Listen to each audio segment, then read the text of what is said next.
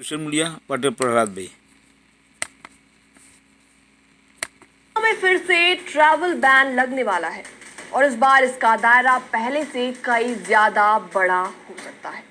Trump सरकार ने 36 नए देशों पर ट्रैवल बैन लगाने की तैयारियां शुरू कर दी हैं और ये बैन पूरी तरीके से तो नहीं बल्कि पार्शियल जरूर होगा।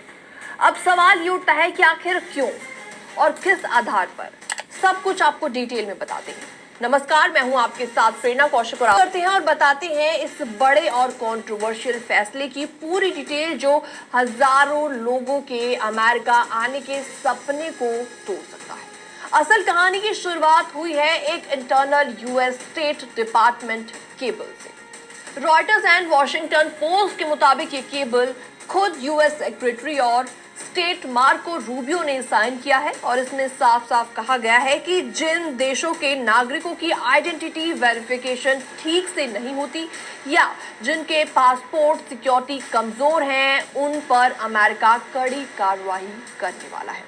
और इस केबल में उन कंट्रीज को 60 दिनों का अल्टीमेटम दिया गया है। अगर उन्होंने अपनी सिक्योरिटी रिलेटेड खामियां नहीं सुधारी तो उन पर भी ट्रैवल बैन लग जाएगा। कुछ देशों के बारे में तो ये भी कहा गया है कि उनके नागरिक टेररिज्म, एंटीसेमेटिक एक्टिविटीज या एंटी अमेरिकन एक्शंस में शामिल रहे हैं। हालांकि ये कंसर्न्स हर देश पर लागू नहीं होते, कुछ मामलों में तो सिर्फ डॉक्यूमेंटेशन इश्यूज है। इसके अलावा आप जानते हैं कि वो 36 देश कौन कौन से हैं जो अब बैन की रडार पर आ चुके हैं।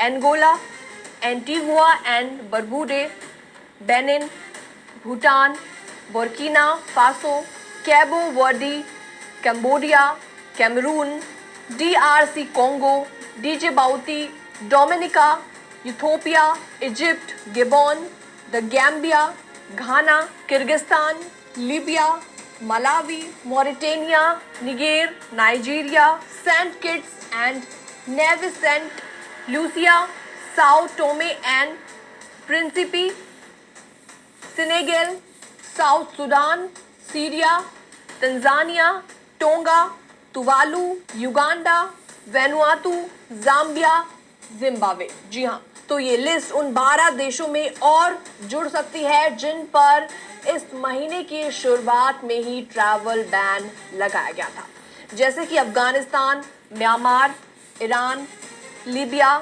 सोमालिया, येमेन और कुछ पर पार्शियल रिस्ट्रिक्शंस जैसे कि वेनेजुएला, क्यूबा, लाओस और सीरिया लुनेल पर लगाए गए हैं। लेकिन अब इस नए कदम से खतरे की घंटी बज चुकी है, खास तौर पर उन इमिग्रेंट्स के लिए जो इन देशों से हैं और अमेरिका में पढ़ाई, काम या फैमिली रीयूनिफिकेशन के लिए जाने का सोच रहे थे। ट्रंप सरकार का साफ साफ कहना है कि ये फैसला नेशनल सिक्योरिटी के नाम पर लिया जा रहा है। उनका कहना है कि अगर कोई देश अपने नागरिकों की सही पहचान नहीं दे सकता, डिपोर्ट किए गए लोगों को वापस लेने से मना करता है या जिसकी गवर्नमेंट कॉर्पोरेशन में नहीं है, तो ऐसे लोगों को अमेरिका में आने देना खतरे से खाली नहीं है। लेकिन ये मामला पहले भी विवादों में आ चुका है। ट्रंप का पहला ट्रैवल बैन 2017 में आया था जिसमें कई मुस्लिम मेजॉरिटी देशों को बैन किया गया था और उस समय इसे मुस्लिम बैन्स कहकर क्रिटिसाइज भी किया गया था और ये पूरा मामला कोर्ट तक गया और 2018 में यूएस सुप्रीम कोर्ट ने इसे अपहोल्ड कर दिया। अब एक बार फिर से उसी दिशा में डोनाल्ड ट्रंप एडमिनिस्ट्रेशन आगे बढ़ता नजर आ रहा है और अगर ये बैन पूरी तरीके से लागू हो गया तो अमेरिका की इमिग्रेशन पॉलिसी में एक और बड़ा बदलाव हमें देखने को मिलने वाला है। इस लिस्ट में भूटान भी शामिल है जो कि इंडिया का इमीडिएट पड़ोसी है। इसके अलावा कई ऐसे अफ्रीकन नेशंस हैं जहां से स्टूडेंट्स या प्रोफेशनल्स भारत के रास्ते ट्रैवल करते हैं। फिलहाल इस पूरी रिपोर्ट को देखने के बाद आपका क्या रिएक्शन है, आपके क्या विचार हैं, कमेंट सेक्शन